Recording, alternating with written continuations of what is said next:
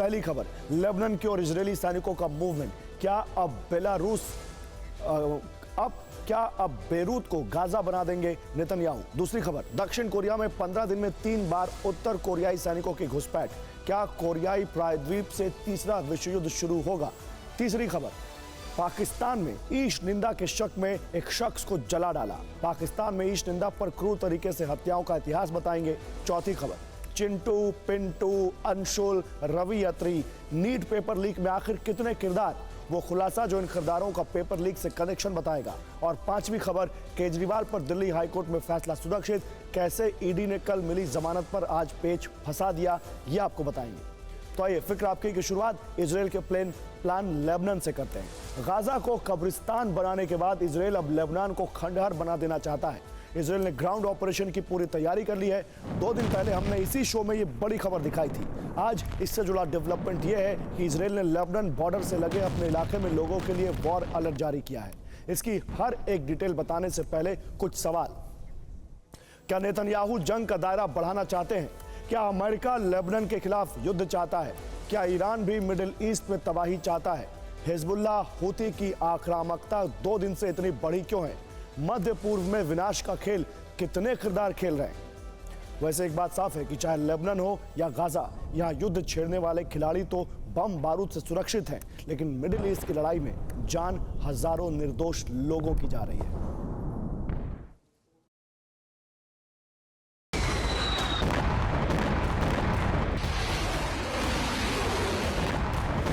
Israel और Hezbollah के बीच युद्ध स्तर पर तनाव उसी दिन से है जिस दिन से इजराइल ने गाजा में ऑल आउट वॉर शुरू किया था।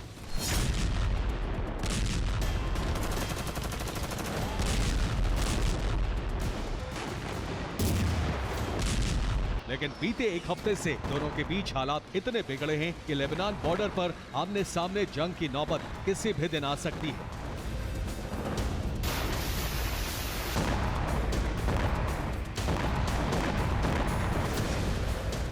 इजराइल को हिजबुल्लाह चीफ नसरल्लाह की नई धमकी सुनिए। लेबनान में आईडीएफ के टैंक या किसी ब्रिगेड की एंट्री हुई तो उनका खात्मा कर देंगे। लेबनान में घुसपैठ के बाद आईडीएफ अपनी तबाही का प्रसारण लाइव देखेगा। इसके बाद हिजबुल्लाह के मिसाइलों और ड्रोन हमलों से इजराइल की कोई भी जगह महफूज नहीं बचेगी।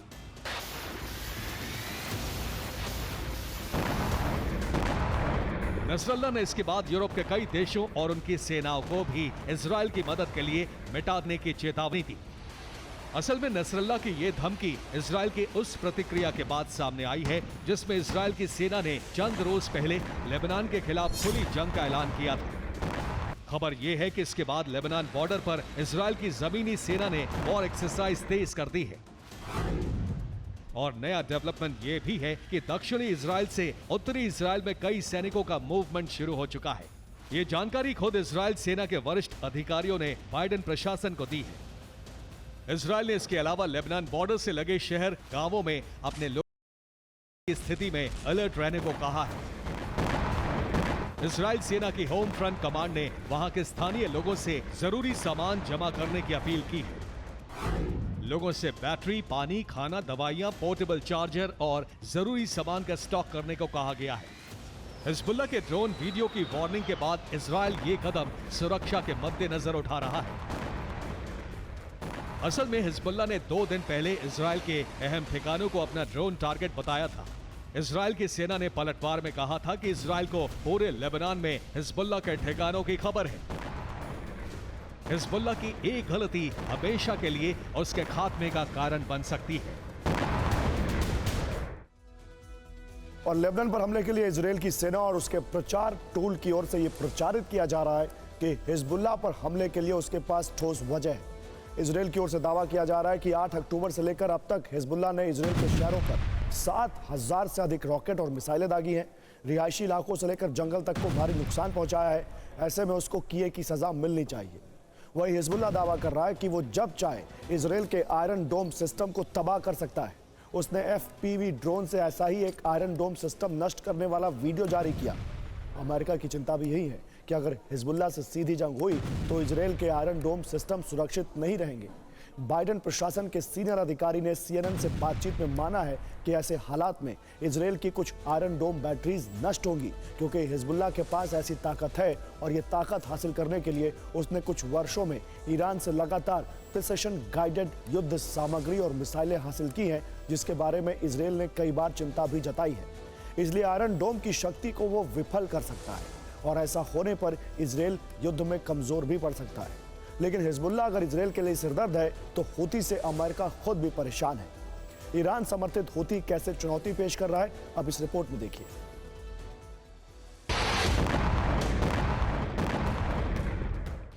हूती लड़ाकों ने यह विध्वंसक हमला लाल सागर में किया। ग्रीस के जहाज को मिसाइल अटैक करके उड़ा दिया। इस जहाज में लदा 80,000 टन कोयला इजराइल जा रहा था।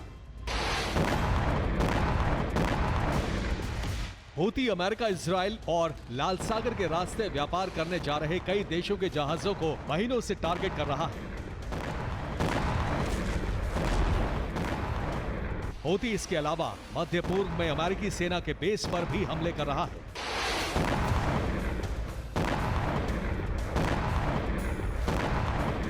अमेरिका हूती को अपनी तरफ से जवाब दे रहा है। ऐसा ही एक जवाब अमेरिकी गठबंधन की सेना ने लाल सागर में हूती को दिया। यूएस सेंट्रल कमांड की ओर से जानकारी दी गई है कि बीते 24 घंटे में हूती की 4 ड्रोन बोट तबाह की गई हैं। इनमें हूती के 2 अटैकिंग ड्रोन भी शामिल हैं। बीते 3 दिन की बात करें तो हूती के 6 सरफेस वेसल ड्रोन मिलाकर 10 ड्रोन नष्ट किए जा चुके हैं।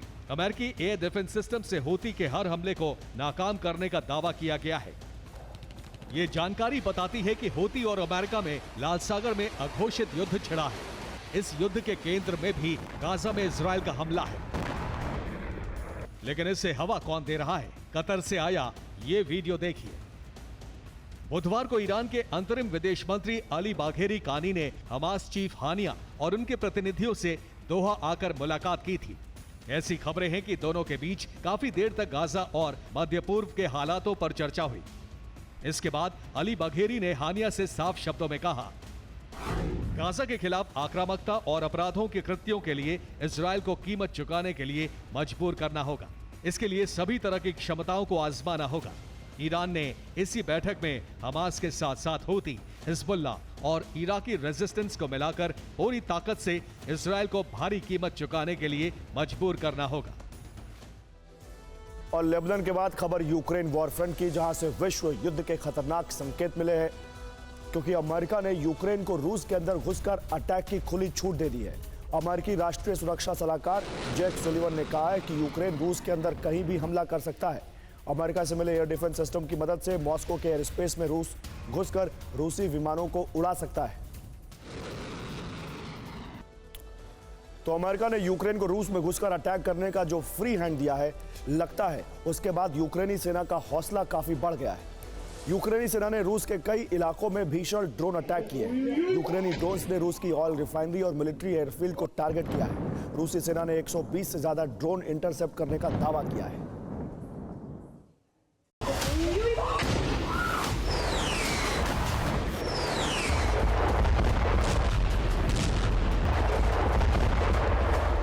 ये तस्वीरें रूस के खिलाफ यूक्रेन के सबसे नए अटैक की हैं। बीती रात यूक्रेनी ब्रिगेड ने रूस के कई इलाकों में भीषण ड्रोन अटैक किए।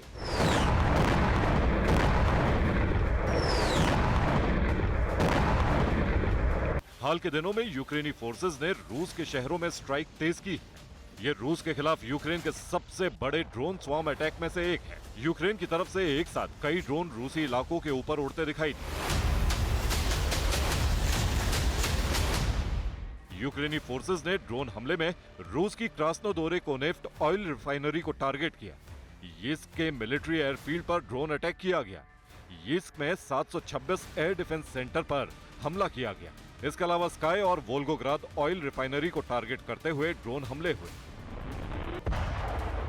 हालांकि रूस के रक्षा मंत्रालय ने यूक्रेन की 120 ड्रोन्स को इंटरसेप्ट करने का दावा किया है। रूसी सेना के मुताबिक उसने ब्लैक सी, क्रीमिया और क्रास्नोदार इलाके में यूक्रेनी ड्रोन्स को तबाह किया है।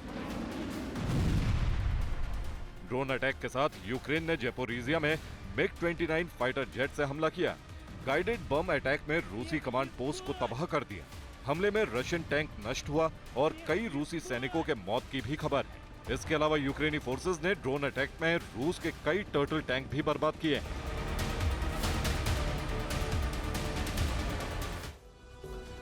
और यूक्रेन ने रूस के खिलाफ हमले उस वक्त तेज किए हैं जब रूसी राष्ट्रपति व्लादिमीर पुतिन नॉर्थ कोरिया का दौरा कर लौटे हैं। पुतिन के नॉर्थ कोरिया दौरे से पूरे कोरियाई प्रायद्वीप में विश्व युद्ध के हालात बन रहे हैं। खबरें हैं कि नॉर्थ कोरियाई सैनिकों ने दक्षिण कोरिया में घुसपैठ की है। दक्षिण कोरिया ने वार्निंग देने के लिए फायरिंग भी की है।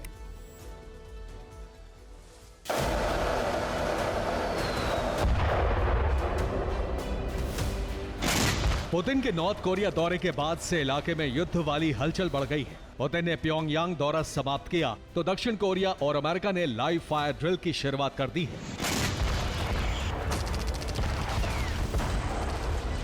ये तस्वीरें अमेरिका और साउथ कोरिया वाली फायर ड्रिल की हैं, जिसमें GBU-12 laser guided bomb target पर गिराया गया। इसके अलावा AGM-114 air to ground missile ने भी टारगेट को तबाह किया।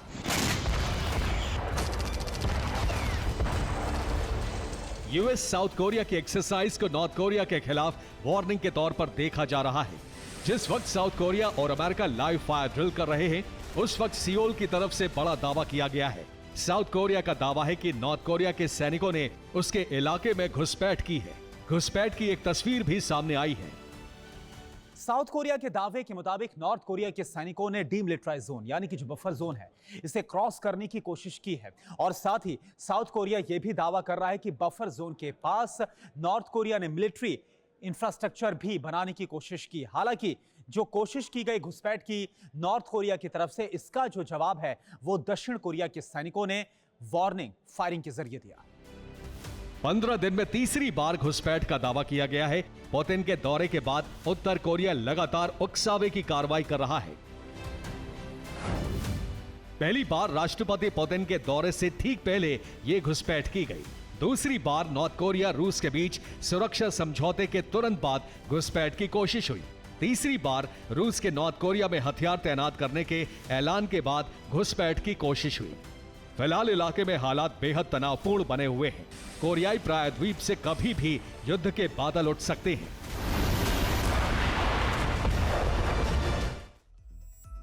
दरअसल पुतिन और किम के बीच हुई डील से साउथ कोरिया भड़का हुआ है। इस डील के तहत हमला होने पर रूस और नॉर्थ कोरिया एक दूसरे की मदद करेंगे। इसके जवाब में साउथ कोरिया ने भी बड़ा कदम उठाया है। सोल यूक्रेन को हथियार सप्लाई करने पर विचार कर रहा है। हालांकि पुतिन ने इसको लेकर बड़ी धमकी दी है। कहा है कि इसका अंजाम भयंकर होगा।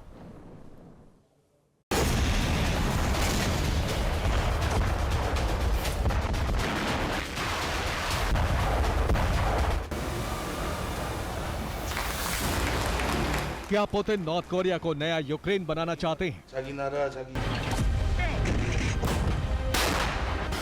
क्या पुतिन कोरियाई प्रायद्वीप में यूक्रेन युद्ध जैसी तबाही लाना चाहते हैं?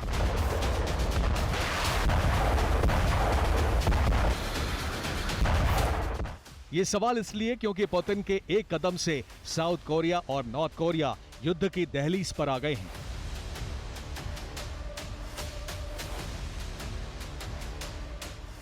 पुतिन ने किम के साथ जो सुरक्षा डील की है, उससे साउथ कोरिया को अपनी सुरक्षा का खतरा सताने लगा है। अब सियोल रूस के खिलाफ यूक्रेन को मजबूत करने पर विचार कर रहा है।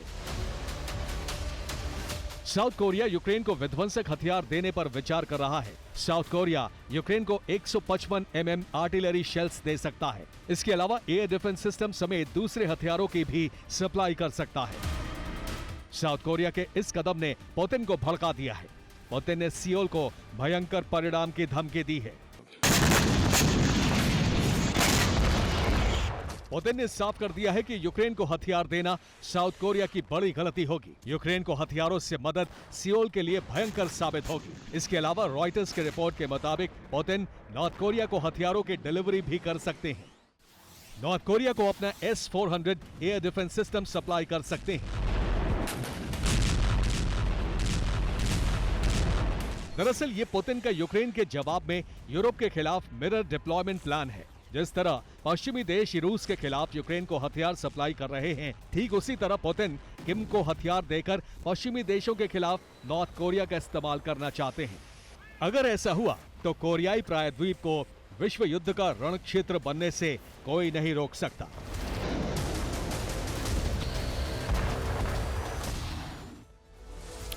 और बड़ी खबर आ रही है, पुतिन ने न्यूक्लियर ट्राइड बनाने की घोषणा की है। स्ट्रैटेजिक डेटरेंस के तौर पर न्यूक्लियर ट्राइड का विकास किया जाएगा। दुनिया में शक्ति संतुलन बनाने के लिए इस ट्राइड का विकास होगा।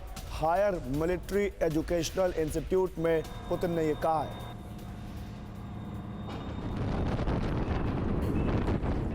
CSIR UGC नेट की परीक्षा स्थगित कर दी गई है। 25 से 27 जून को होने वाली थी यह परीक्षा। NTA ही इस परीक्षा को कराता है। परीक्षा स्थगन की वजह संसाधनों की कमी है। NTA ने कहा अपरिहार्य कारणों से परीक्षा स्थगित की गई। तो नीट पेपर लीक विवाद के बीच 48 घंटों में 2 बड़े फैसले हुए। आज CSIR UGC नेट की परीक्षा स्थगित की गई है। इससे पहले बुधवार रात 18 जून को हुई UGC नेट की परीक्षा पेपर लीक की शिकायत के बाद रद्द कर दी गई थी। कुमार कुंदन हमारे संवाददाता ज्यादा जानकारी के साथ जुड़ चुके हैं। कुमार, इस बारे में क्या जानकारी है, बताइए।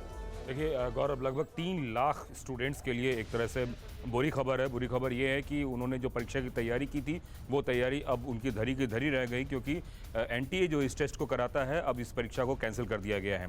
बताया जा रहा है कि कुछ लॉजिस्टिक प्रॉब्लम है, कुछ अनअवॉइडेबल सर्कमस्टांसेस हैं, लेकिन उसका कोई आधार नहीं बताया जा रहा है कि आखिर क्या है। लेकिन जिस हिसाब से इस एग्ज़ाम को कैंसिल किया गया है उससे आप मान के चलिए कि जिस परिस्थितियां बनी है जो पिछले कुछ दिनों में, उसको आधार मानते हुए जरूर किया हो गया। 5 तरह के जो पेपर्स होते हैं इसमें, जिसमें से केमिकल साइंसेज होते हैं, मैथमेटिकल साइंस होते हैं, लाइफ साइंस होते हैं, अर्थ साइंस होते हैं। इन सभी पेपर में लोग जो है ये एग्ज़ाम देते हैं और इसके बाद फेलोशिप और तमाम तरह की चीज़ें साइंटिस्ट बनने की दिशा में आगे सारा जो है बढ़ा जाता है। तो एक तरीके से कह सकते हैं कि ये हाई लेवल का एग्ज़ाम होता है। MSc पास करने के बाद लोग इस एग्ज़ाम के लिए बैठते हैं और अपने आप में एक बड़ा एग्ज़ाम है। आपने देखा होगा कि इसी में जब आर्ट्स फैकल्टी में नेट का एग्जामिनेशन सरकार ने कैंसिल किया, उसके बाद अब साइंस फैकल्टी का एग्जाम है जिसको कैंसिल कर दिया गया है।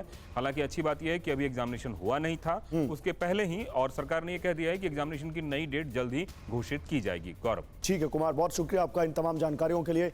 और अब खबर नीट पेपर लीक पर TV9 के उस खुलासे की जिसके बाद घोटाले की परतें एक एक करके खुल रही हैं। साजिश के अलग अलग किरदार सामने आ रहे हैं। अब इसमें एक नए सॉल्वर गैंग की एंट्री हो गई है और मैं इसके लिए जाऊंगा अपर स्टूडियो, जहां आपको ये पूरी जानकारी दूंगा।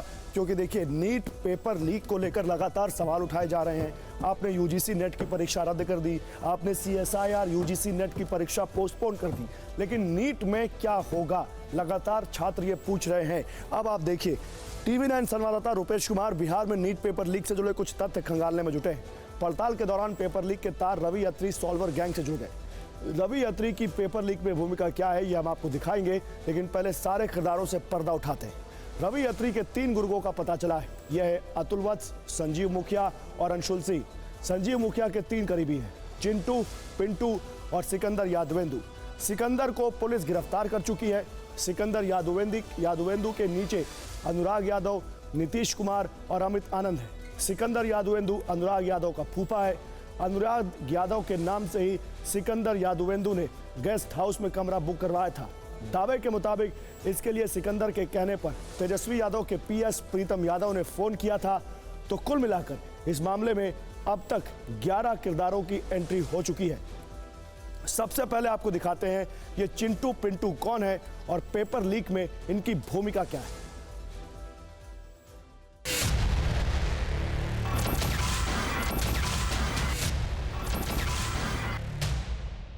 ये तस्वीर बिहार में नीट पेपर लीक से जुड़े किरदार संजीव मुखिया की है। चिंटू और पिंटू का कनेक्शन इसी संजीव मुखिया से है। चिंटू और पिंटू की अब तक कोई तस्वीर सामने नहीं आई है।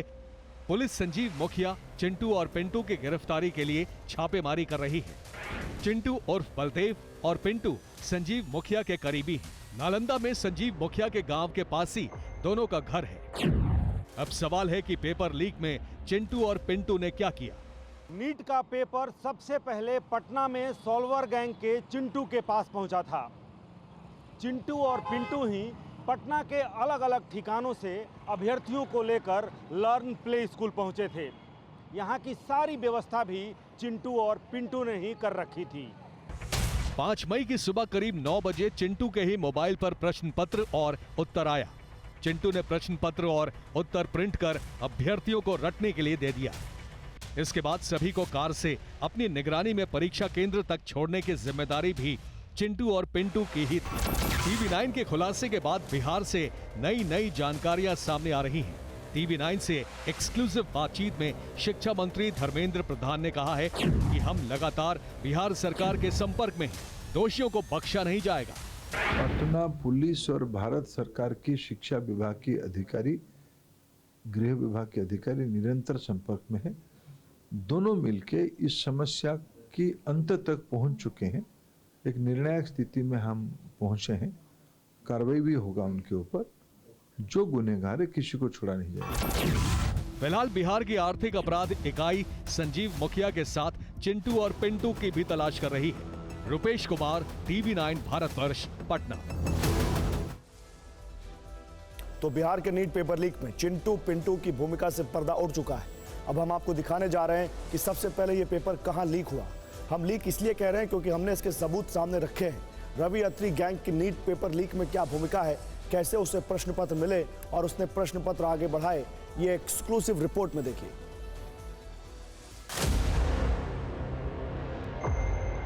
जैसे जैसे नीट पेपर लीक में बिहार पुलिस की जांच आगे बढ़ रही है, वैसे वैसे इसके तार अलग अलग चेहरों से जुड़ते जा रहे हैं। अब पेपर लीक करने में रवि अत्री की एंट्री हुई है। रवि अत्री फिलहाल मेरठ जेल में बंद है।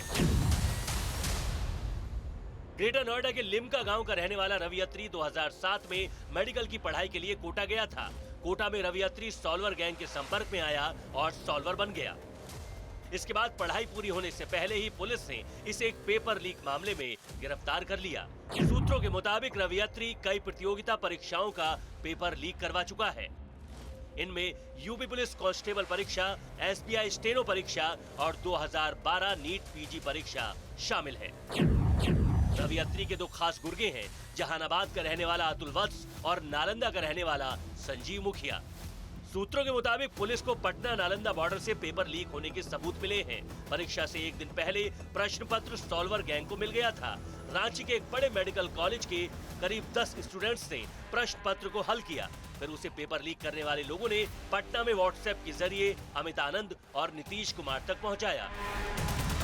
इसके बाद अमित आनंद और नीतीश कुमार ने अभ्यर्थियों को बुलाकर प्रश्न पत्र और आंसर देकर उसे रटवाकर अगले दिन सेंटर पर पहुंचाया, मगर पुलिस को इसकी भनक लग गई और सबको गिरफ्तार कर लिया गया। केंद्र सरकार भी दोषियों के खिलाफ सख्ती के मूड में है। शिक्षा मंत्री धर्मेंद्र प्रधान ने कहा है कि जो भी जिम्मेदार होगा उसे बख्शा नहीं जाएगा। इस प्रकार की पाप में प्रत्यक्ष अप्रत्यक्ष जो भी लोग संश्लिष्ट होंगे सबके ऊपर कड़ी से कड़ी कार्रवाई की जाएगी। फिलहाल सरकार को बिहार पुलिस की डिटेल्ड रिपोर्ट का इंतजार है। रुपेश कुमार, TV9 भारतवर्ष, पटना। और TV9 के खुलासे के बाद बिहार में नीट पेपर लीक की जांच तेज है। तेजस्वी यादव के PS प्रीतम यादव को बिहार की आर्थिक अपराध इकाई ने नोटिस भेजा है। डिप्टी CM विजय सिन्हा ने बुधवार को दावा किया था कि प्रीतम यादव ने ही सिकंदर के लिए सरकारी गेस्ट हाउस में कमरा बुक करवाया था। प्रीतम यादव के बहाने बीजेपी JDU तेजस्वी को घेर रही है। दूसरी तरफ जवाब में RJD ने एक तस्वीर जारी की है। इस तस्वीर में पेपर लीक का एक आरोपी अमित डिप्टी CM सम्राट चौधरी के साथ दिख रहा है। RJD ने एक्स पोस्ट में लिखा है कि नीट परीक्षा पेपर लीक घोटाले का मुख्य आरोपी बिहार के उप मुख्यमंत्री के साथ। फिलहाल पेपर लीक के आरोपों पर बिहार के सियासी गलियारों का तापमान बढ़ा हुआ है और दोनों तरफ से शब्द बाढ़ चल रहे हैं।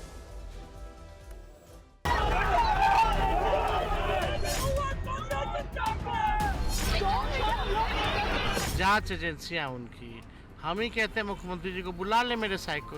अरे चाहे PA हो PS हो कोई हो, बुला करके पूछताछ कर ले कोई अगर बात है तो। लेकिन जो उप मुख्यमंत्री लोग जो सवाल उठा रहे हैं, EOU तो आज तक कहा नहीं है इस बात को लेकर के।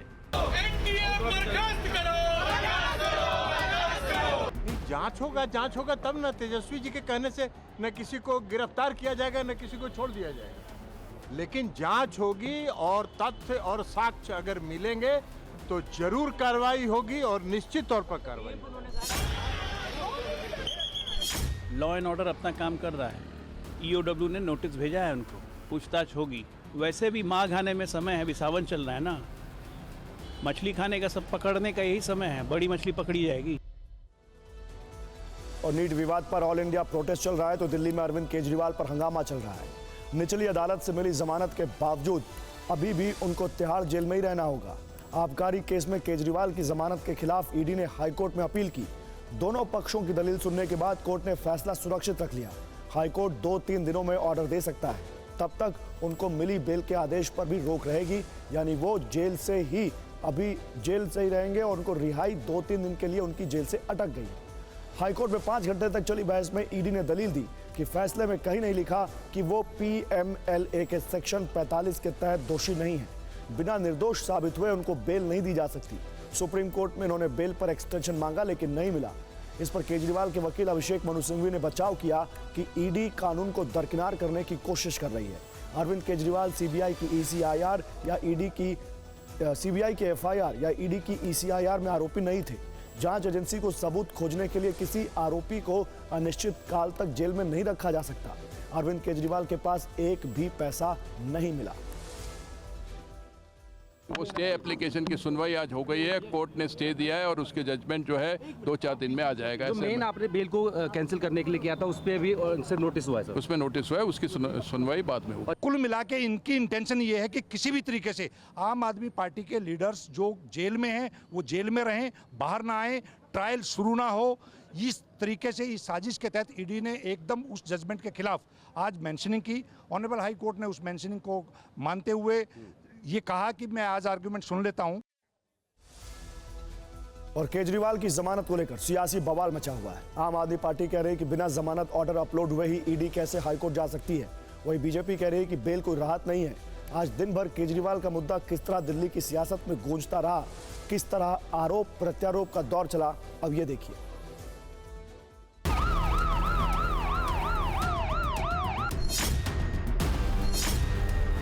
ये तो ऐसे हो गया, Arvind Kejriwal is the most wanted terrorist of India. देश में तानाशाही इतनी हद पार कर रही है कि ईडी किसी को लिबर्टी भी नहीं देने के, मुख्यमंत्री के अगेंस्ट वो स्टे के लिए चली जाती है।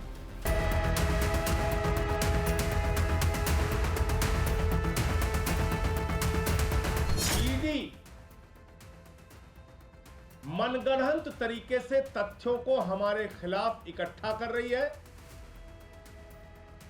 ईडी मनगढ़ंत तरीके से जो कागजात वो अपने पक्ष में बनवाते हैं उसको न्यायालय के सामने प्रस्तुत करते हैं, यानी कि दबाव में बयान लिए जाते हैं, गिरफ्तारियां की जाती हैं, सरकारी गवाह बनाए जाते हैं।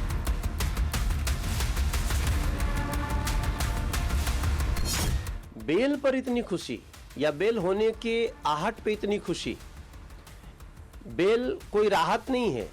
ये जो मूर्खों की जमात है, जो आम आदमी पार्टी के कुछ लोग हैं, पूरी मूर्खतापूर्ण बातें करते हैं। इन लोगों को कौन समझाए कि पहली बार जांच एजेंसियां स्वतंत्र रूप से काम कर रही हैं।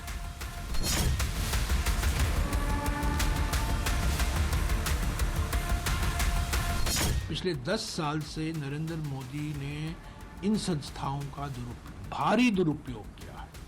इनकी प्रतिशोध की राजनीति और उत्पीड़न की राजनीति के हथियार बन गए हैं ईडी, सीबीआई और इनकम टैक्स। लेके ईडी हाईकोर्ट पहुंच गया और क्या सुन के हाईकोर्ट कह रहा है कि हम इसको सुनेंगे, अभी तो ऑर्डर ही नहीं आया।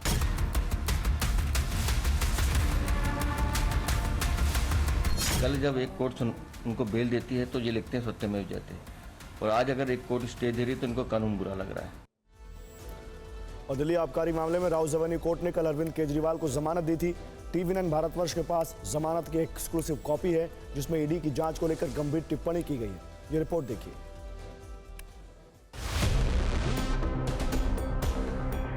अरविंद केजरीवाल को जमानत देते हुए 25 पन्ने के अपने आदेश में कोर्ट ने जांच को लेकर कई सवाल उठाए हैं। बेल ऑर्डर की कॉपी में इसका सिलसिलेवार तरीके से जिक्र किया गया है। पहले आप पैरा नंबर 29 और 32 देखिए। पैरा नंबर 29 में लिखा है, ईडी अरविंद केजरीवाल के खिलाफ प्रत्यक्ष प्रमाण देने में नाकाम रही। पैरा नंबर 32 में कोर्ट कहती है कि ईडी अब तक ये नहीं बता पा रही कि केजरीवाल के निर्देश पर आरोपी विजय नायर काम कर रहे थे। फर्जी सबूत, फर्जी तथ्य, फर्जी प्रमाण, और मकसद क्या है? अरविंद केजरीवाल की राजनीति को खत्म करना। 22वें नंबर पैरा में सुप्रीम कोर्ट के उस ऑब्जर्वेशन का जिक्र है जिसमें यह कहा गया था कि केजरीवाल का ना तो कोई आपराधिक इतिहास है और ना ही वो समाज के लिए खतरा है। 28वें नंबर पैरा में कोर्ट ने ईडी की जांच एक कला है वाली दलील पर कहा कि इसका मतलब यह हो सकता है कि आरोपी के खिलाफ सबूत कलात्मक रूप से भी हासिल किए जा रहे हैं। अदालत की सबसे अहम टिप्पणी 24वें नंबर पैरा में है। इसमें कहा गया है कि 100 करोड़ में ईडी 40 करोड़ का पता लगा पाई है, जबकि 60 करोड़ की रकम का अब तक कोई सुराग नहीं है। इस रकम का पता लगाने में कितना समय लगेगा ये भी ईडी नहीं बता पा रही। आम आदमी पार्टी ने कोर्ट की इस टिप्पणी को अपनी प्रेस कॉन्फ्रेंस में भी उठाया। पैरा 24 में लिखा हुआ है कि ईडी जो है ये भी बताने के लिए तैयार नहीं है कि उनको मनी ट्रेल का ट्रेसिंग करने में कितना वक्त लगेगा, और वो चाहते हैं कि तब तक अरविंद केजरीवाल को जेल में रखा जाए। पैरा नंबर 31 में इस बात का जिक्र है कि केजरीवाल के उठाए कुछ सवालों पर ईडी चुप है। मसलन अरविंद केजरीवाल का नाम सीबीआई या ईसीआईआर की एफआईआर में नहीं है। कुछ सह आरोपियों के बयान के आधार पर केजरीवाल पर इल्जाम लगाए गए। आरोपी को अब तक किसी कोर्ट ने समन नहीं किया है, इसके बावजूद वो न्यायिक हिरासत में है।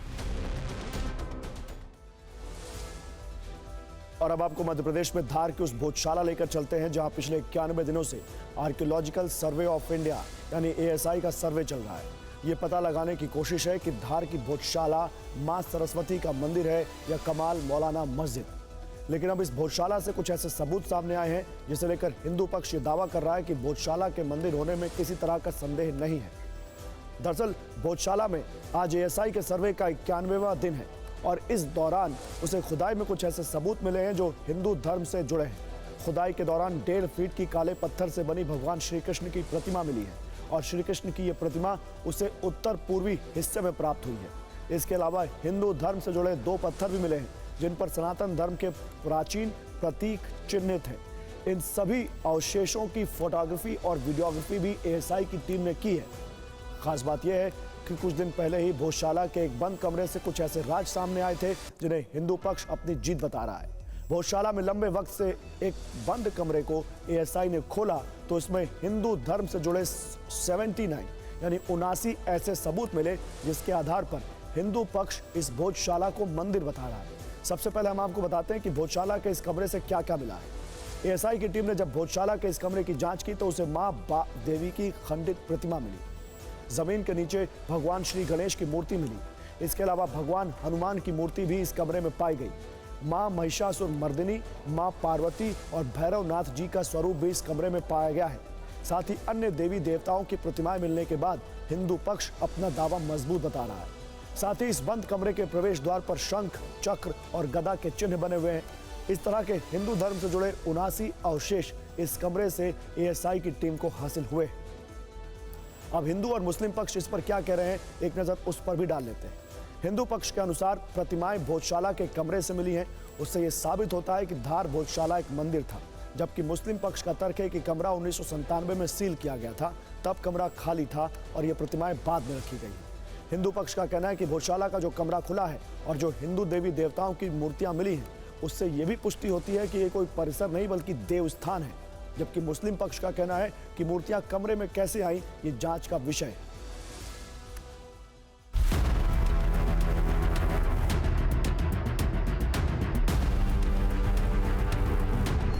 नौ सर्वे अधिकारी और 36 मजदूर वर्ग जो लेबर था वो थे।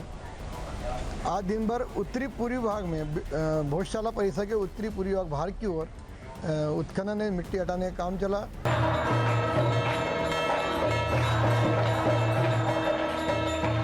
आज उत्तरी पूर्वी भाग में काम चला उसमें 3 अवशेष प्राप्त हुए हैं, जिसमें एक अवशेष अपनी संस्कृति अनुरूप बना हुआ है। 2 अवशेष है जिसमें आकृतियाँ, जिसमें एक अवशेष में फ्रंट से तो प्रतिमा कटी हुई है, लेकिन दाईं और बाईं तरफ यक्ष की प्रतिमाएं पूर्ण बनी हुई है। और जो एक अवशेष है जो 1.5 फीट का एक काले पाषाण पे है, इसमें कृष्ण की आकृति है जो पूरी कृष्ण के रूप में है। इसमें मयूर पंख कह सकते हैं, बांसुरी हाथ में है, ये सारा स्वरूप उसमें दिखाई देता है। 3 कुछ अवशेष भी मिले हैं जिनमें कुछ आकृतियां बनी हुई दिख रही है, लेकिन क्लियर स्थिति स्पष्ट नहीं है। वो सर्वे टीम ने उसको उठाकर फोटोग्राफी वीडियोग्राफी कर रख लिया है। वो सर्वे में उसको किस आधार पर शामिल करेंगे ये। और अब आपको एमपी से कश्मीर लेकर चलते हैं, जहां आज प्रधानमंत्री नरेंद्र मोदी ने 10वां इंटरनेशनल योगा डे मनाया। पीएम ने श्रीनगर के शेर कश्मीर इंटरनेशनल कॉन्फ्रेंस सेंटर में योग किया। उन्होंने योग से सफलता का मंत्र दिया। योगाभ्यास के बाद पीएम समारोह में शामिल कश्मीरी महिलाओं से भी मिले, इसके साथ खुद सेल्फी भी ली। इस खास मौके पर कश्मीर से लेकर कन्याकुमारी तक लोगों ने योग किया। थार रेगिस्तान में बीएसएफ के जवानों ने योगाभ्यास किया तो हिंद महासागर में भी योग की शक्ति पूरी दुनिया ने देखी।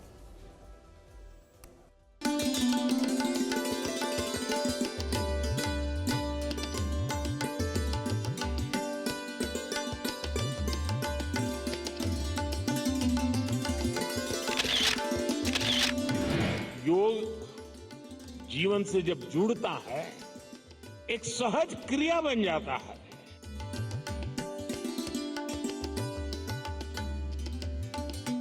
ये ध्यान जो है ना, वो हमारे कंसंट्रेशन, हमारा कितना फोकस है चीजों पर, हमारा मन कितना केंद्रित है, उससे जुड़ा विषय है।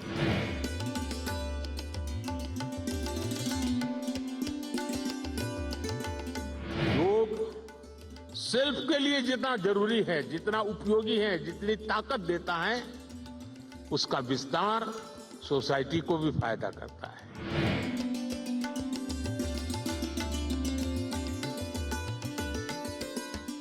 ध्यान केंद्रित करने की आदत, फोकस में काम करने की आदत उत्तम से उत्तम परिणाम देती है।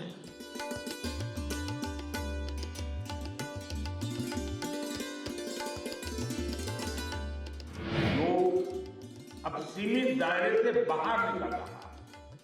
आज दुनिया एक नई योग इकोनॉमी को आगे बढ़ने में देख रही है। और अब वो खबर जो स्मार्ट क्रांति से जुड़ी है। सोशल मीडिया प्लेटफॉर्म एक्स पर दुनिया के सबसे अमीर इंसान एलॉन मस्क ने दावा किया है कि जल्द ही इंसान अपने फोन को अपने दिमाग से कंट्रोल कर पाएगा। मस्क की माने तो भविष्य में स्मार्टफोन खत्म हो जाएंगे और उनकी जगह न्यूरल लिंक लेगा। सोशल मीडिया प्लेटफॉर्म एक्स पर इलॉन मस्क की ये एआई जनरेटेड तस्वीर वायरल है। इस तस्वीर में इलॉन मस्क हाथ में एक फोन लिए नजर आ रहे हैं। उनके माथे पर एक खास तरह का डिजाइन है। इस तस्वीर को एक एक्स यूजर ने पोस्ट किया और लिखा कि आप अपने दिमाग में एक न्यूरल लिंक इंटरफेस फिट कर पाएंगे, जिससे आप सोचकर अपने नए एक्स फोन को नियंत्रित कर सकें। ये पोस्ट इलॉन मस्क के एक फैन अकाउंट से पोस्ट की गई थी। इसके जवाब में इलॉन मस्क ने लिखा, जल्द ही भविष्य में कोई फोन नहीं होंगे, सिर्फ न्यूरल लिंक आपको नजर आएगा। मस्क इन दावों की वजह उनकी न्यूरल लिंक टेक्नोलॉजी है। न्यूरल लिंक तकनीक के जरिए भविष्य में इंसान अपने आसपास के डिवाइस सिर्फ अपनी सोच से कंट्रोल कर पाएगा। इसे लेकर इलॉन मस्क की कंपनी ने ट्रायल भी शुरू कर दिए हैं। इस शख्स का नाम नोलान अरबॉग है। 7 साल पहले हुई एक दुर्घटना में नोलान के शरीर के नीचे का हिस्सा पैरालाइज हो गया था। इलॉन मस्क की कंपनी अपना पहला प्रयोग इन्हीं पर कर रही है। इसी साल जनवरी में इनके दिमाग में एक न्यूरोलिंक चिप फिट की गई थी। कंपनी का दावा है कि अब नोलन आसपास के कुछ डिवाइस अपनी सोच से कंट्रोल करने में सक्षम हो गए हैं। कंपनी ने कई ऐसे वीडियो पोस्ट किए हैं। इलॉन मस्क ने अपने पहले प्रोडक्ट को टेलीपैथी नाम दिया है। दावा किया जा रहा है कि इस चिप के जरिए पलक झपकते ही फोन को भी कंट्रोल किया जा सकेगा और भविष्य में इंसान के दिमाग में लगी न्यूरोलिंक चिप फोन को खत्म कर उसकी जगह ले लेगी।